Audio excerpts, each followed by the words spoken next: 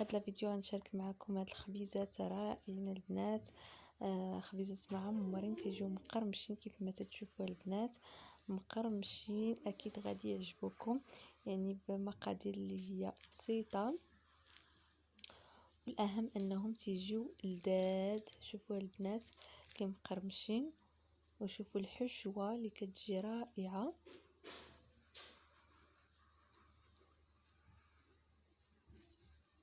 فتابعوا لا فيديو من الاول حتى الاخير باش تشوفوا المقادير والطريقه.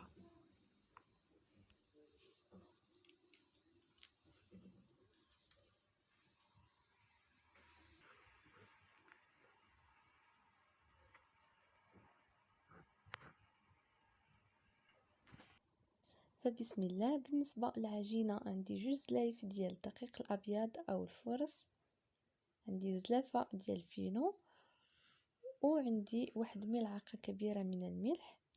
غادي نجمع هاد الدقيق بالماء دافي،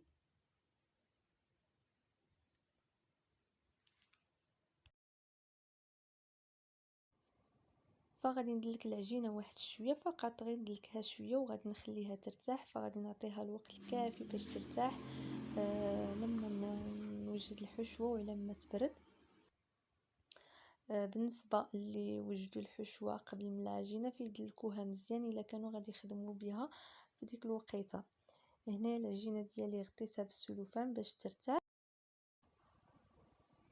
وغندوز نوجد الحشوه.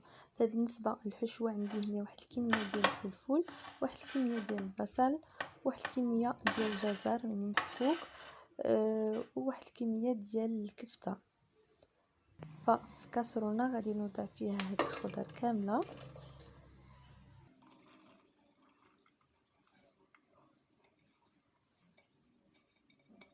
بطبيعه الحال الحشوه كتبقى على حسب الذوق، ممكن بلاصه الكفته توضعوا الثوم، يعني الثوم حتى الاخير حتى كطيب الحشوه. غنضيف شويه ديال الزيت وغادي نخليها تشحر. وهنايا صاوبت البطاطا على شكل فريت، فغادي نقليها.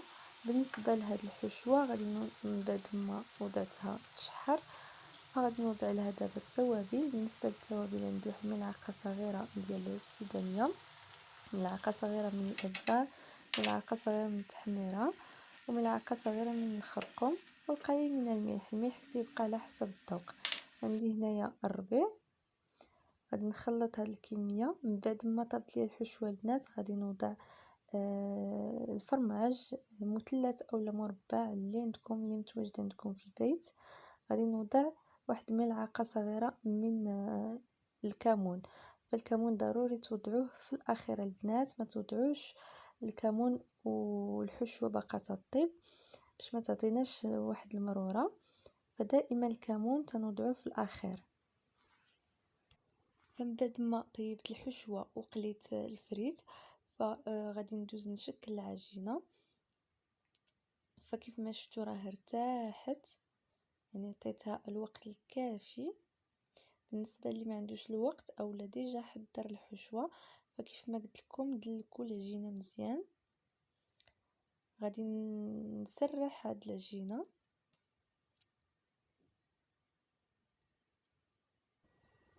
كيف ما تتشوفوا راه تتسرح بكل سهوله.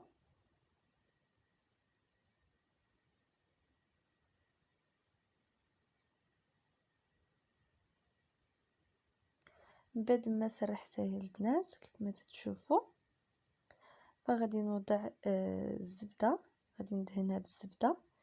هنا البنات انا ما دوبتهاش، يعني باش تساعدكم اكثر فممكن تذوبوها.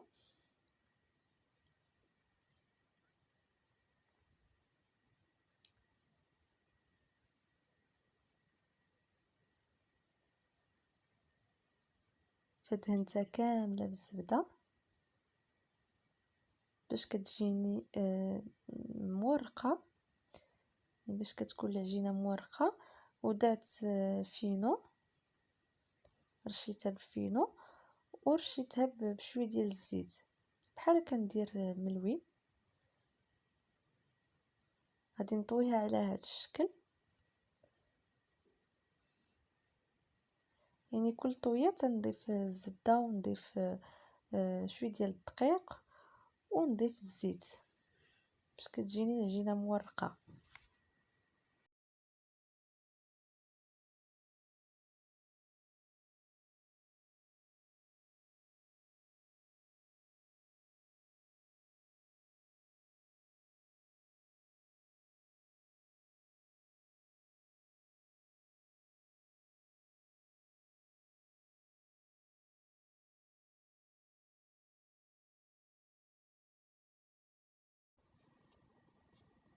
فمن بعد ما يعني ورقتها على هذا الشكل غادي نحطها جانبا، وغادي ناخد العجينه الاخرى حتى كنسالي هاد الكرات اللي عندي حتى هي غادي نبسطها بنفس الطريقه اللي بسطت الكره الاولى.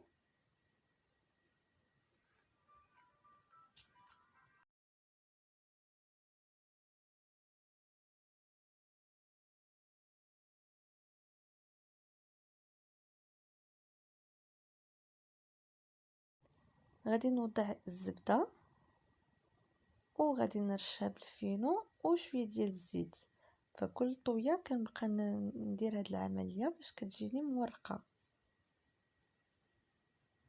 فكيف ما قلت لكم ممكن تذوبوا الزبده باش هكا يعني تجيكم سهله. صافي غادي نطوي العجينه نفس الطريقه. صراحه يا البنات بهذه الطريقه كيجيو هاد الخبيزات كيجيو زوينين، ما تشبعوش منهم، تيجيو مقرمشين ومورقين. هاد التورق هو اللي تيخليهم يجيو مقرمشين. صافي غادي نبقى مستمره على الطريقه حتى كنسالي هاد الكرات اللي عندي.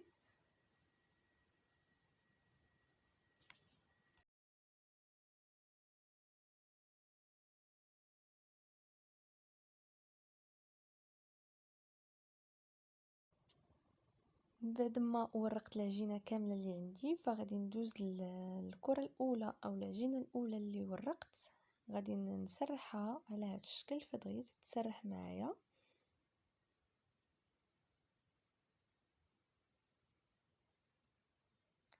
غادي نروليها على هذا الشكل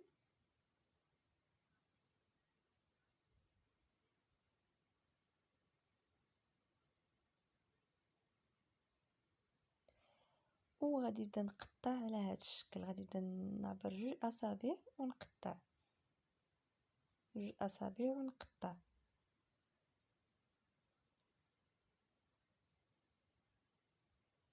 باش هكا كتجيني مقاده.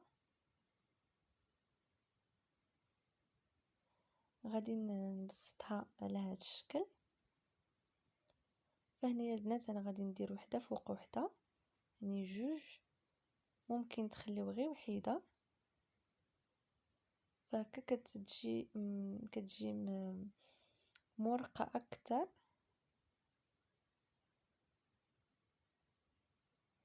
ممكن نتوما تخليو غير وحيده اللي بغيتو. غادي نجيب شي زلافه اولا شي حاجه بحال هذا الشكل، وغادي نبدا نساعد بها باش نعمر هاد الخبيزات باش كيجيوني مقادين.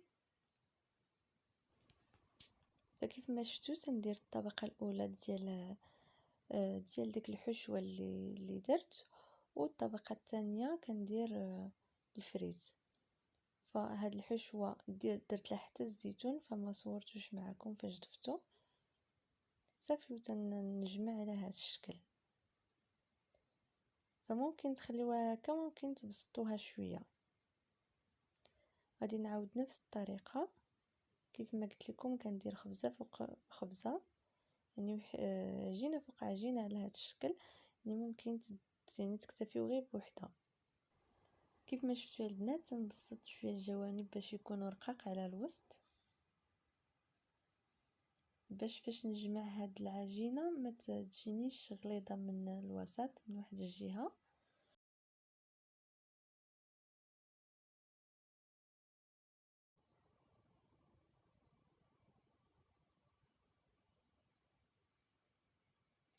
صافي غادي نجمع على هذا الشكل، يعني نفس الطريقه حتى كنسالي الكميه اللي عندي.